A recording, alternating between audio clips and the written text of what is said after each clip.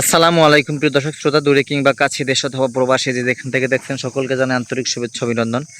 দর্শক দেখতে পাচ্ছেন এখানে সবুজের সমারোহ, ঘাস আর ঘাস। প্রচুর ঘাস হয়েছে, প্রায় 2.5 বিঘা জমিতে এখানে তাইওয়ান হাইব্রিড ঘাস চাষ করা হয়েছে। আর দেখেন কত সুন্দর ফলন হয়েছে এই ঘাসটার। আর দেখেন ওখানে গাছ রয়েছে, গাছের নিচেও কিন্তু ছায়া, প্রায় ছায়ার ভিতরে কিন্তু গাছটা হয়েছে। তার মানে বিশেষ করে সকল জায়গায় কিন্তু এই ঘাসগুলো হয়। এই আপনার হাইব্রিড জাতের ঘাস, এগুলা কিন্তু আপনি কষ্ট করে একবার রোপণ করবেন। দর্শক আমি একটু একটু খেয়াল করে দেখেন, এখানে কিন্তু গাছের নিচে কিন্তু এই যে ঘাস চাষ, ঘাসগুলো খারাপ হয়নি, ভালো হয়েছে। আর এই সকল প্রকার ঘাস আপনার ধরেন, বিশেষ করে এই কাটিং থেকে উৎপন্ন যে ঘাসগুলা, এগুলা কিন্তু কাটিং রোপণ করার পরে কিন্তু হয়েছে। এই ঘাসগুলো আপনি অন্ততপক্ষে শুধু একবার চাষ করবেন, দীর্ঘ বছর মানে প্রায় 7-8 বছর পর্যন্ত মাসের পর মাস এটা কেটে খাওয়াতে পারবেন।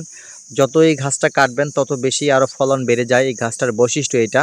আর বিশেষ করে এই ঘাসটার জমির মাঝে যায় ভিডিও আমি আপনাকে ঘাসটা ভালো করে দেখাতে পারবো না।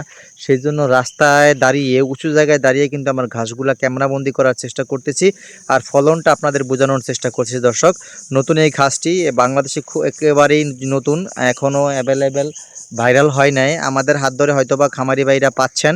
যদি কেউ এই আপনার তাইওয়ান হাইব্রিড ঘাসের কাটিং প্রয়োজন মনে করেন, তাহলে স্ক্রিনে দেওয়া নাম্বারে যোগাযোগ করবেন। আমরা যখনই আমাদের ঘাসগুলো পরিপক্ক হবে তখনই আমরা বিক্রি করব। সে পর্যন্ত একটু আপনারা খেয়াল করবেন আমাদের প্রতিবেদনগুলো এবং সাবস্ক্রাইব করে পাশে রাখবেন। আপনিও যখন দরকার তখনই কিন্তু আপনি এরকম হাইব্রিড জাতের ঘাসের কাটিং, বিশেষ করে তাইওয়ান হাইব্রিড ঘাসের কাটিং সংগ্রহ করতে পারেন। সকলকে ধন্যবাদ।